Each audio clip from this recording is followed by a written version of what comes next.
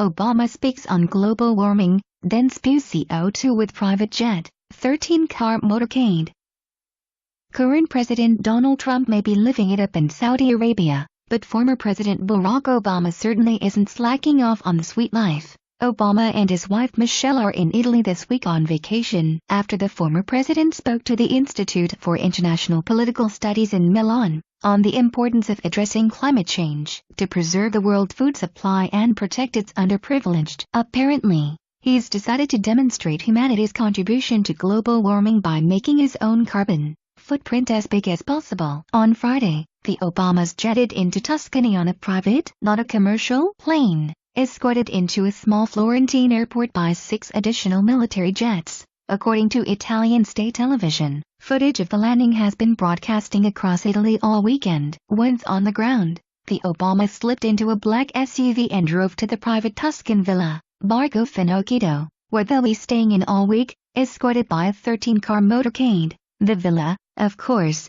is no mere motel. Nestled in the Tuscan countryside just a few miles south of the city of Florence, they'll be taking over an entire Tuscan village, where they'll have their choice of 22 bedrooms, a library, several private spas and steam rooms, and a tasting room. Borgo Finocchiaro also boasts commanding views of Tuscany's vineyards. It usually goes for $15,000 per night, but luckily for Obama, it belongs to his former ambassador to Italy, so no doubt the pair will get a deal. In just his trip back and forth to Italy, for his presentation and his vacation, Barack Obama has emitted more than 16 metric tons of carbon, just shy of what an average American emits in a year. Add to that the motorcade, the internal travel in Italy, and, of course, the villa, and Obama and his wife have easily emitted more carbon in one single week than most Americans. Well, in 2017 last week, Obama implored those same Americans and their compatriots across Europe to cut down on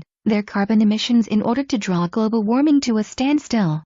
When it comes to climate change, the hour is almost upon us, Obama told the audience at his IIPS keynote. I do not believe that this planet is condemned to ever-rising temperatures. I believe these are problems that were caused by man and can be solved by man. He even predicted that such egregious energy consumption to lead to food shortages as Europe struggles to take in refugees from the Middle East. If it were such an imperative, however, perhaps Obama, like other famous environmental activists, should be reconsidering his own personal habits.